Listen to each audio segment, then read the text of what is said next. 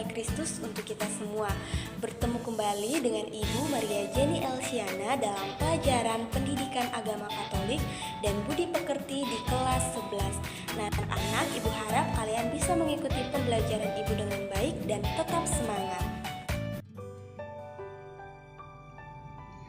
Nah, anak-anak, kali ini kita akan membahas bab yang pertama dengan tema gereja.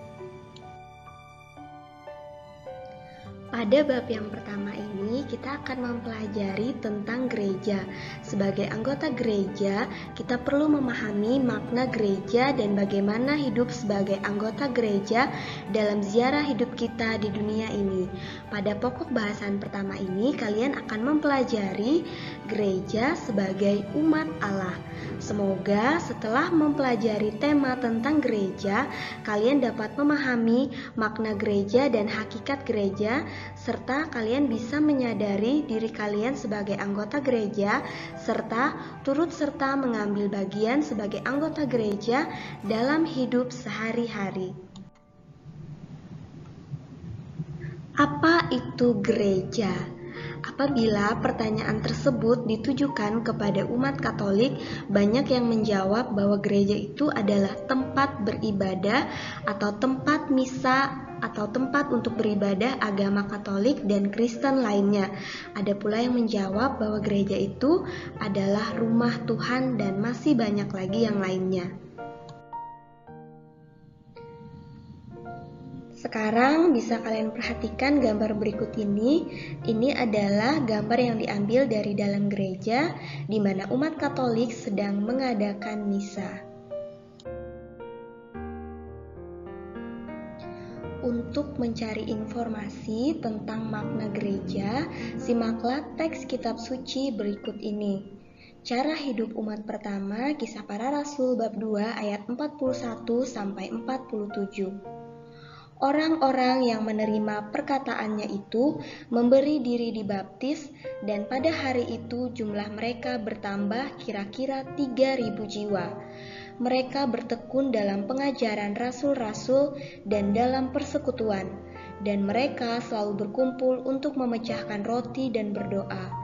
Maka ketakutanlah mereka semua, sedang rasul-rasul itu mengadakan banyak mujizat dan tanda, dan semua orang yang telah menjadi percaya tetap bersatu, dan segala kepunyaan mereka adalah kepunyaan bersama.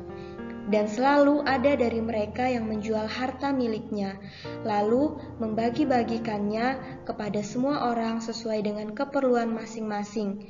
Dengan bertekun dan dengan sehati, mereka berkumpul tiap-tiap hari dalam bait Allah.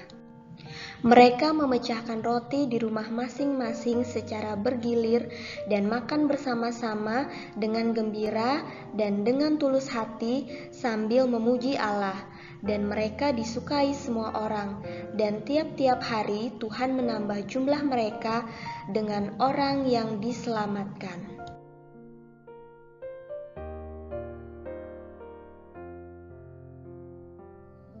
Nah, anak-anak, setelah menyimak bacaan dari teks kitab suci tadi, sekarang kita akan melihat ajaran Konsili Vatikan II tentang gereja. Gereja umat Allah bukan semata-mata merupakan hal fisik, melainkan rohani. Gereja adalah umat Allah, berarti terpilih dari Allah. Sebutan umat Allah menekan pada dua hal penting, yaitu yang pertama, gereja bukanlah pertama-tama organisasi manusiawi, melainkan perwujudan karya Allah yang konkret atau nyata. Kemudian yang kedua, gereja bukan hanya kaum awam atau hierarki saja, melainkan keseluruhannya sebagai umat Allah.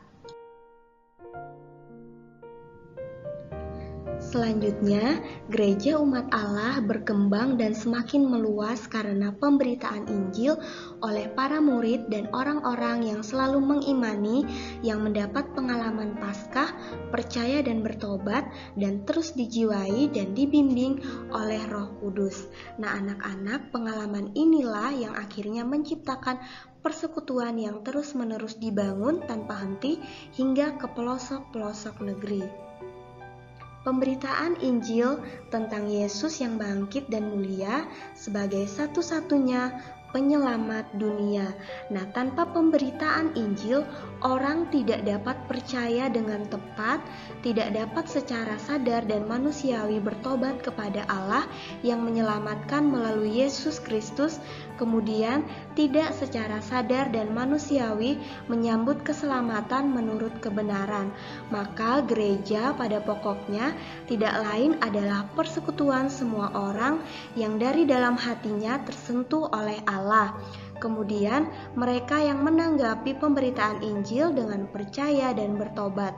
Maka gereja itu ada bukan karena kehendak manusia, melainkan karena rencana Allah. Umat Allah adalah persekutuan orang-orang yang dipanggil oleh Allah. Ciri gereja sebagai umat Allah terlihat dalam panggilan dan inisiatif Allah, persekutuan, hubungan mesra antara manusia dan Allah, serta karya keselamatan dan peziarahan. Jadi, gereja sebagai umat Allah ini menunjuk pada umat Allah yang telah berlangsung sejak lama dan menjadi sempurna oleh karena Kristus menuju kesatuan paripurna dengan umat yang baru. Nah, anak-anak, sekarang kita akan melihat rangkuman tentang istilah gereja. Istilah gereja berasal dari bahasa Portugis igreja yang dibawa oleh misionaris Portugis. Kata ini merupakan ejaan Portugis untuk kata Latin ecclesia yang berakar pada bahasa Yunani ecclesia. Kata Yunani tersebut berarti kumpulan atau pertemuan, rapat atau memanggil.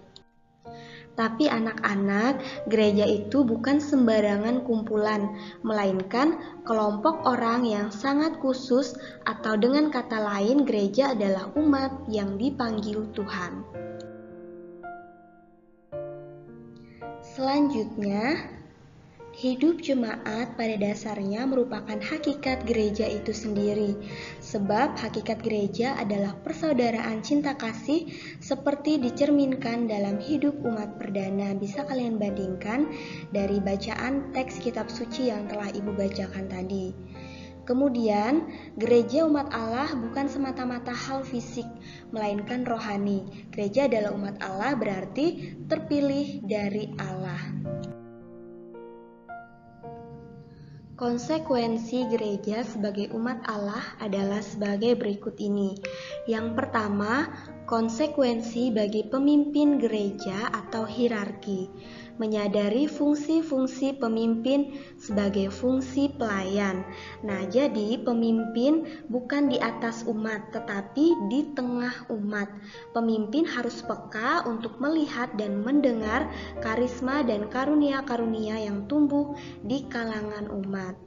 Kemudian yang kedua, konsekuensi bagi setiap anggota umat, menyadari dan menghayati persatuannya dengan umat lain.